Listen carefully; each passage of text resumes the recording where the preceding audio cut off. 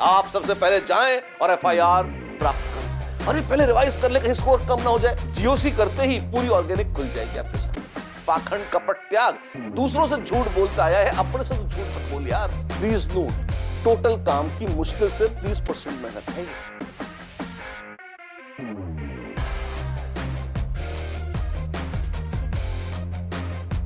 JEE main बिल्कुल sir पर है और आप इसकी तैयारी कैसे करेंगे इस बारे में हम बिल्कुल proper solid line by line बताएंगे आपको, केमिस्ट्री के पॉइंट ऑफ व्यू से और स्ट्रैटेजी के पॉइंट ऑफ व्यू से। पहला स्टेप, रजिस्टर योर एफआईआर। आप सबसे पहले जाएं और एफआईआर प्राप्त करें। एफआईआर के पुलिस थाने जाके एफआईआर करानी है? नहीं नहीं नहीं, फर्स्ट इंफॉर्मेशन रिपोर्ट।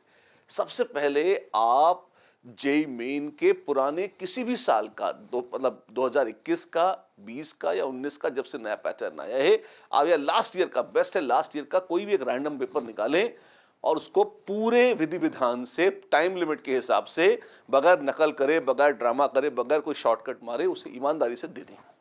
अरे पहले रिवाइज कर ले कहीं स्कोर कम ना हो जाए। कुछ ना करो, जैसे हो वैसे ही उठो, जाओ और एक पेपर दे दो। ये एफआईआर है। अच्छा, और जैसे ही एफआईआर दर्ज कराई आपके पास एक स्कोर आएगा, भाई इतने नंबर मिले, और ये जो नंबर आपको मिले इसके हिसाब से आप तय करेंगे कि आपको तैयारी करनी कैसे है। आप कहां हैं अभी? अरे हम 2 दिन पढ़ लेते तो, और कुछ नहीं होता 2 दिन में मेरे भाई। अभी कर ले जो करना है, ड्रामा छोड़, पाखंड कपट त्याग, दूसरों से झूठ बोलता आया है, अपने से तो झूठ मत बोल यार, है ना। सही काम करो, वो बता रहा हूं, एक एक दिन कीमती है ना।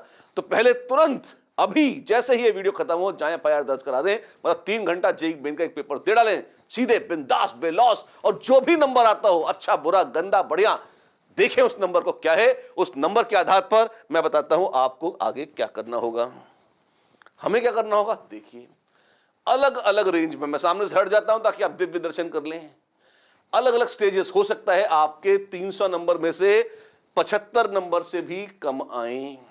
अच्छा, 300 में से 75 नंबर, ये तो बहुत ही गंदा है। जी हां, 25% से भी अगर कम स्कोर आ रहा है आपका, और मैं आपको बताऊं 90%, 10 लाख बच्चे अगर जेईई दें तो 9 लाख से लगभग बच्चे ऐसे हैं, थोड़े ज्यादा ही होंगे, जिनके इससे कम नंबर आते हैं फाइनल जेईई में। तो पहले जब तैयारी कर रहे हैं तो और 9.5 लाख बच्चे होंगे, ठीक है ना।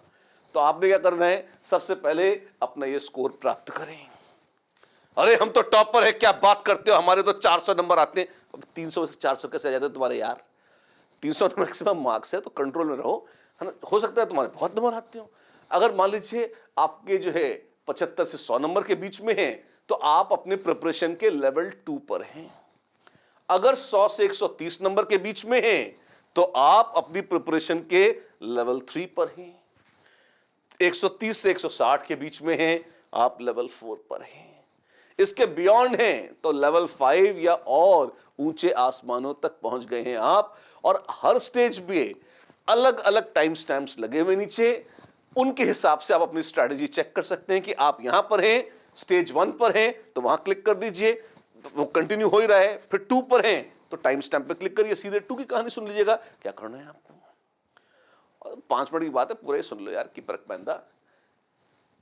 इन स्टेजेस से हर बच्चा गुजर सकता है। आप जहां हैं वहां का स्कोर निकालिए। मान लीजिए आप स्टेज 3 पर हैं तो यहां ऑनवर्ड्स आपकी कहानी काम की है, ठीक, उसको सुन लीजिएगा। लगभग 93 परसेंटाइल स्कोर यहां होगा। तो पहले सबसे पहले टारगेट होगा कि एटलीस्ट टॉप 7% में आए, टॉप 4% में आए, टॉप 2% में आए, टॉप 0.9 से 1% में आए। ये स्टेजेस पार करते हुए फिर हम 99.99999999 परसेंटाइल की ओर जाएंगे। We tend to 100% or we become 100%, depends if you have full score, nothing like it, right? There we are. Chemistry में क्या करना, ये तो जनरल स्ट्रैटेजी है। अब केमिस्ट्री में कैसे पहुंचेंगे, मैथ्स और फिजिक्स के हमारे दूसरे टीचर्स हैं, उनके वीडियो आप देख लीजिएगा। केमिस्ट्री की हम बात करते हैं, देखते हैं अगली स्टेज। कौन से चैप्टर करने हैं आपको। अब मजे की बात यह है कि आप रिपीटर हैं तब भी, और अगर आप 12th दे रहे हैं तब भी। मैंने आपको जो स्ट्रैटेजी बताई है, उसमें मैंने आपको ऐसे कोशिश करी है कि बहुत मिनिमम दिमाग पर जोर के साथ आप इस काम को कर लें। एक चैप्टर है एनवायरमेंटल केमिस्ट्री, 11th का चैप्टर है, सिर्फ एनसीईआरटी से कर लें उसे। अरे आप तो कहते थे एनसीईआरटी काम की नहीं है। नहीं है, इन जनरल नहीं है, 80% ऑफ द पेपर के लिए काम की नहीं है, लेकिन 2-3 चैप्टर उसके हैं जो एज इट इज एनसीईआरटी से ही आते हैं। 35 चैप्टर हैं जेईई मेन में केमिस्ट्री के, 2-3 ऐसे हैं जो एनसीईआरटी से काम आ जाते हैं, छोटे हैं, सस्ते हैं और आते अवश्य हैं, तो क्यों छोड़े उनको। कोई लड्डू परोस रहा है तो खा लेंगे, है ना। तो एनवायरमेंटल केमिस्ट्री, पॉलीमर्स और biomolecules. Biomolecules as a chapter काफी भव्य हो सकता है, एडवांस्ड में हो भी जाता है जेईई एडवांस में, लेकिन जेईई मेन का स्तर कोई बहुत हाई नहीं है बायोमोलिक्यूल्स में, इसमें खप जाएगा। ये इसमें से पॉलीमर्स और बायोमोलिक्यूल्स वैसे भी आपको बोर्ड के लिए तो करने ही है अगर आप 12th में हैं। अरे हम तो पहले दे चुके, तो करा होगा आपने। आप इनसे एक एक क्वेश्चन फिक्स्ड है, प्रॉफिटेबल चैप्टर है, बहुत सस्ते हैं, जल्दी हो जाएंगे। जैसे अगर आप एनवायरमेंटल केमिस्ट्री पढ़ रहे हैं तो इसको जीरो से भी पढ़ने की कॉस्ट जो है आपकी वो मैक्सिमम 4 घंटे है। मतलब अगर आपने कुछ नहीं पढ़ा है तो 4 घंटे है, और अगर आप एक बार भी पहले पढ़ चुके हैं तो आपने रिवाइज करना है। आधा कर लीजिए, 2 घंटा, फिर से रिवाइज करिए। 3-4 बार रिवाइज करेंगे तो 2 घंटा, फिर 1 घंटा, फिर आधा घंटे के 1-2 स्लॉट्स, तो 3-4 घंटे में तो आपके 4 रिवीजन तक हो जाएंगे एनवायरमेंटल के। पॉलीमर्स और भी सस्ता चैप्टर है। पॉलीमर्स की आपकी टाइम की जो कॉस्ट है वो लगभग 3 घंटे की है, इससे ज्यादा की नहीं है। बायोमोलिक्यूल्स थोड़ा लंबा पड़ सकता है, आपको लगभग 6 घंटे लग सकते हैं इसमें। अब अगर आप देखें, ये तो 3 चैप्टर मैंने ऑर्गेनिक के लिए हैं। अब आप इसमें स्ट्रैटेजिक प्लानिंग की खूबसूरती देखिए। हमें सिर्फ 8 क्वेश्चंस चाहिए स्टेज 1 क्रॉस करने के लिए। स्टेज 1 क्रॉस करने के लिए, क्या सुना आपने? जी हां, आपने सही सुना। स्टेज 1 क्रॉस करने के लिए हमें सिर्फ और सिर्फ 8 अष्ट चैप्टर चाहिए। और अगर सिर्फ 8 चैप्टर ही चाहिए तो उसमें क्या करना होगा? उन 8 चैप्टर्स में बेटा आप ये देखें, मैंने ऑर्गेनिक केमिस्ट्री में सिर्फ 3 सबसे सस्ते चैप्टर दिए हैं। विशाल महान aromatics, hydrocarbon, chemistry in everyday life, जैसे चिल्लर, aldehyde, ketones, carboxylic acid, ether, alcohol, फैल्कोहल, सब छोड़ दी, उनका गोली मार दो इन्हें। अरे ये तो पूरी ऑर्गेनिक छोड़ दी तुमने। छोड़ दी, हम करना चाहते हैं तो कर लो, कौन रोक रहा है। मैं तो बेर मिनिमम बता रहा हूं कि भैया वो सब करना, तुम वो सब कर, अभी तक तो कर ही रहे थे। कितने % नंबर ले आए तुम, है ना। अगर अभी भी स्कोरिंग 25% से कम है तो तुम एक बार मेरी सलाह मानो ना, जो करो उसको ढंग से करो, और ढंग से तुम ये 3 चैप्टर निपटा लो। ये 3 चैप्टर तुम्हें 3 क्वेश्चंस करने लायक बना देंगे, और कुल 13 घंटे की कीमत है इनकी। आपको 13 आवर्स लगेंगे। एक दिन जमकर बैठ जाइए, 2 दिन टुकड़े टुकड़े करके बैठ जाइए, आप विद इन 2 डेज ये काम खत्म कर सकते हैं। 2 दिन, that's it, 2 days, that's it, 2 days बेटा। और 2 दिन में आप ये बिल्कुल पक्का इंश्योर कर सकते हैं कि जो क्वेश्चन जेईई मेन में आएगा वो आपसे ये होकर ही जाएगा। अच्छा ठीक है, सही बोला तुमने। फिर आगे देखिए, इसमें मैं आपको चॉइस दे रहा हूं। मैंने कहा था स्टेज 1 के लिए आपको 8 क्वेश्चन करने होंगे, और स्टेज 2 के लिए, और जैसे ही आप ये 8 क्वेश्चन पर सब्जेक्ट करेंगे आप टॉप 7% में आ जाएंगे। परसेंटाइल आपकी टॉप, मतलब 93 परसेंटाइल के ऊपर चली जाएगी। और अगर आपने 10 क्वेश्चन का डाले तो आप टॉप 4% में आ जाएंगे। टॉप 4% मतलब 96% बच्चों से ज्यादा, 10 लाख बच्चों में से 9,60,000 बच्चों से अच्छी हालत होगी आपकी यदि आपने 30 में से 10 क्वेश्चन सही कर दिया और कोई गलत ना किया, फालतू क्वेश्चन। देखिए आप, मैं आपको ये तो स्टेज 1 और 2 की प्रिपरेशन के टिप्स दे रहा हूं। मैंने 11 क्वेश्चंस का मसाला एनलिस्ट किया है कि इतने चैप्टर्स जिससे आपके 11 क्वेश्चन सही हो जाएं। उसमें मैंने चॉइस भी आपको दी है। आपको लगता है कि नहीं मुझे ऑर्गेनिक छूनी भी नहीं है, तो आप ये 3 छोड़ दीजिए, बाकी कर लीजिए, तो भी 8 क्वेश्चन कर लेंगे, जिसमें आपने मैक्सिमम सिलेबस, ऑर्गेनिक तो 100% छोड़ दी, फिजिकल के सारे बड़े चैप्टर, इनऑर्गेनिक के सारे गंदे चैप्टर छोड़ दिए, और तब भी आप टॉप 7% में आ जाएंगे। देखिए, और थोड़ा सा भी और मेहनत कर ले, 3 क्वेश्चन और कर ले, तो आप टॉप 4% पे आ जाएंगे। अच्छी बात है, अच्छी बात है, बोल रहे हो तुम। सत्य बोल रहा हूं मैं, वो सत्य जो अक्सर आप नेग्लेक्ट कर देते हैं। ध्यान से देखिए, अब इनऑर्गेनिक के दर्शन कीजिए। पीरियोडिक टेबल और केमिकल बॉन्डिंग, दो चैप्टर्स ऐसे हैं जो 11th के हैं। फिक्स्ड एक क्वेश्चन पीरियोडिक टेबल से और 2 क्वेश्चन बॉन्डिंग से आ ही रहे हैं। क्या बात करो, सही बोल रहा हूं? तो आपने क्या करना है, इनको बिल्कुल कर लेना है। और बॉन्डिंग बच्चों वैसे भी थोड़ा सा लंबी जरूर लगती है, पर बहुत सिस्टमैटिक है, बहुत काम की है। और एनीवे जेई मेन में अगर आप देखेंगे तो बहुत कॉम्प्लिकेटेड वाली बॉन्डिंग आती भी नहीं है। बहुत मोटा मोटा शुरुआत का जो बॉन्डिंग का पोर्शन है वही आता है। आप तो एक बार ढंग से इसको कर लें, ठीक। वो ही एनसीईआरटी बेस्ड है, नहीं, बॉन्डिंग एनसीईआरटी बेस्ड नहीं है, कोऑर्डिनेशन एनसीईआरटी बेस्ड नहीं है जेई में, है ना। ये आपको थोड़ा ढंग से करने पड़ेंगे। ढंग का मतलब कई सोर्सेज उसके देख लीजिएगा आप, है ना। तो पीरियोडिक टेबल एनसीईआरटी बेस्ड है। पीरियोडिक टेबल अक्सर जो दूसरे कोचिंग इंस्टीट्यूट्स कराते हैं उसमें वो बहुत कुछ ऐसा बोलना शुरू कर देते हैं जो किसी काम का नहीं है ना। मैं अपनी बात नहीं कर रहा, लोगों की बात कर रहा हूं, है ना। तो आप पीरियोडिक टेबल बिल्कुल एनसीईआरटी पे स्टिक करते हुए कर लें। बॉन्डिंग और कोऑर्डिनेशन एनसीईआरटी बेस्ड नहीं है। कुल मिलाकर 5 क्वेश्चंस की वेटेज है और ये श्योर शॉट ऐसे हैं कि अगर आपने किया तो एग्जाम में आपको धोखा नहीं देंगे। जो आप देखेंगे वो वही होगा जो नोट्स में आपने लिखा हुआ है, अगर आपने ढंग से इनको पढ़ रखा है, ठीक। कहां करें, हमारे पास पढ़ सकते हैं आप।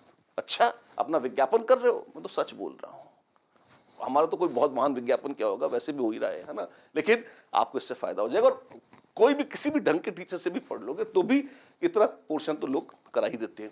लोग पीरियोडिक टेबल में फालतू बातें करते हैं। बॉन्डिंग और कोऑर्डिनेशन लगभग इंडस्ट्री स्टैंडर्ड हमने सेट किया हुआ है, लगभग उसी को लोग फॉलो करते हैं। भले कॉपी करके पढ़ाते हैं, अच्छा पढ़ा लेते हैं अधिकांश। फिर 5 क्वेश्चन तो ये हो गए। इसमें से कोऑर्डिनेशन कंपाउंड आपके बोर्ड एग्जाम में भी काम आ जाएगा अगर आपको देना है तो। 5 और 3 8।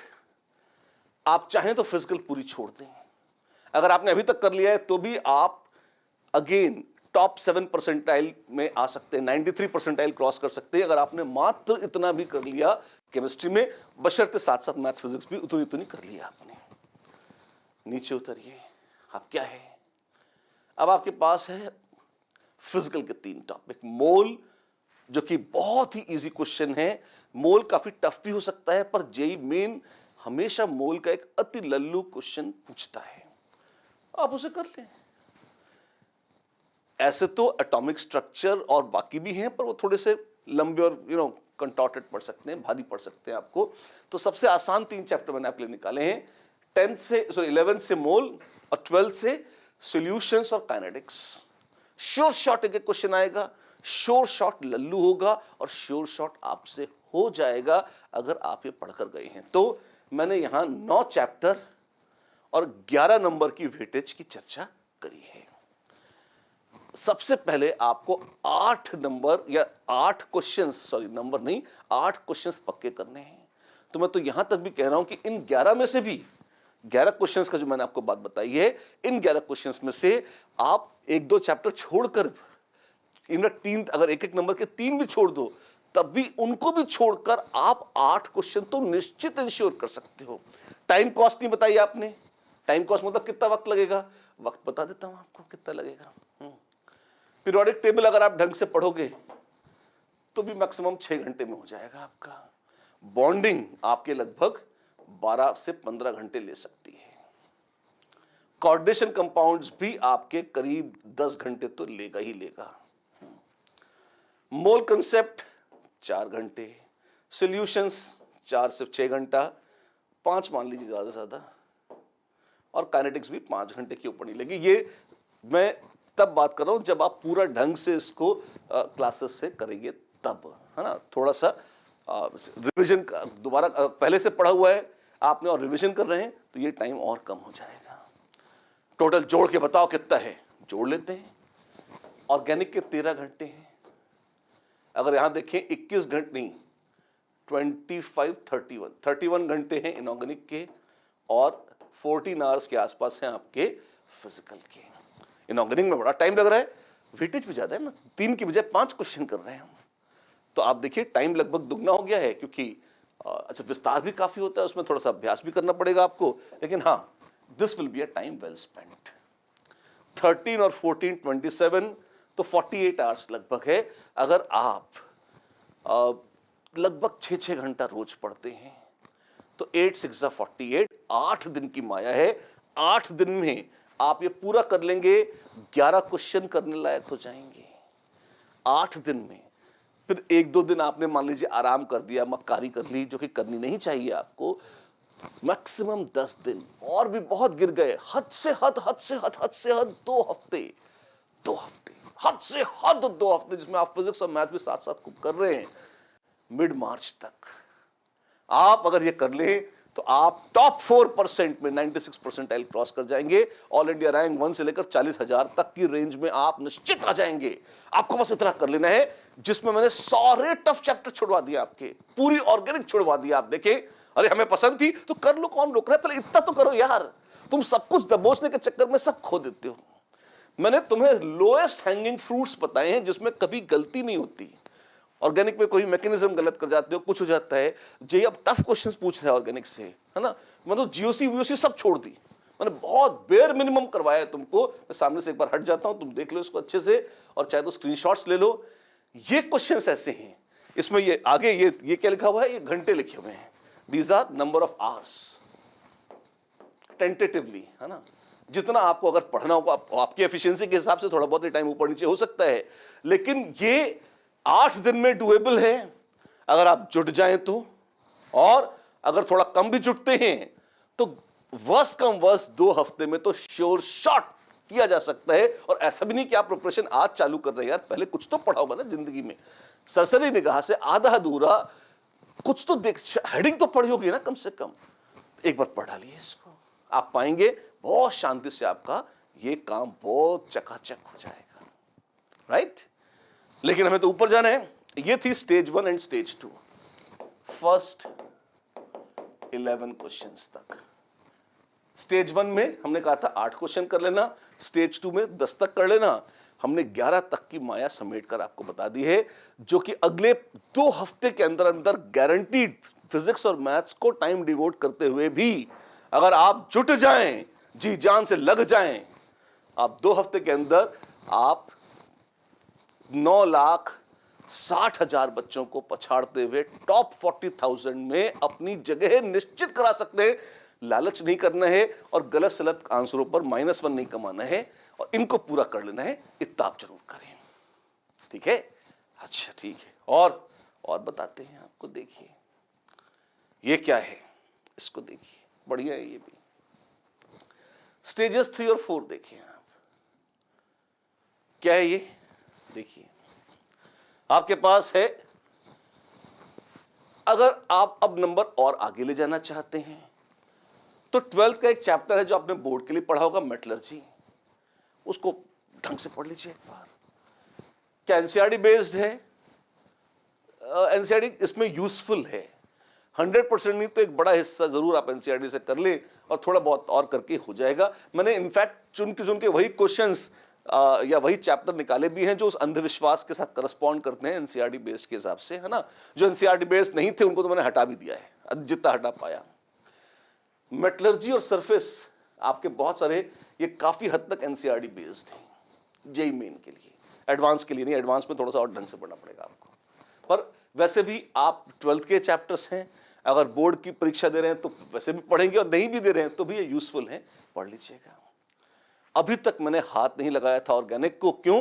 कई सारे बच्चे जीओसी में तबाह हो जाते हैं।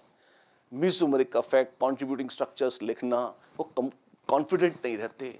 कार्बोकैटायन कार्बोनाइन फ्री रेडिकल की स्टेबिलिटी, कार्बोकैटायन का रीअरेंजमेंट, ये बहुत क्रूशियल पोर्शन है जीओसी का। अगर आपको ये नहीं आता तो आगे की पूरी ऑर्गेनिक आपकी तबाह हो जाती है। तो आप यहां तक स्टेज 3 और 4 तक भी आप चाहें तो उस जीओसी को त्याग सकते हैं। उसके साथ पूरी ऑर्गेनिक की होली जलाकर भी बचा हुआ पूरा ध्यान आप इन पे लगा दें। आपने कहा ऐसा है तो हमने 2 क्वेश्चन और कर लिए, तो अपने पास 11 क्वेश्चन हो गए थे। 11 और 2 13 क्वेश्चन, और 2 और कर लेंगे, एक इलेक्ट्रोकेमिस्ट्री और एक एटॉमिक स्ट्रक्चर ढंग से कर लीजिए। 15 क्वेश्चन आपके हो जाएंगे। 15 क्वेश्चन का मतलब 60 नंबर आपके आ सकते हैं मजे से। 60 अगर 180 नंबर अपने कबाड़ लिए, 99.1 परसेंटाइल, स्कोर आपका जेईई मेन में आ सकता है। और ये वो है तब जब आपने इलेक्ट्रोकेमिस्ट्री के अलावा फिजिकल केमिस्ट्री का कोई बड़ा चैप्टर नहीं किया है।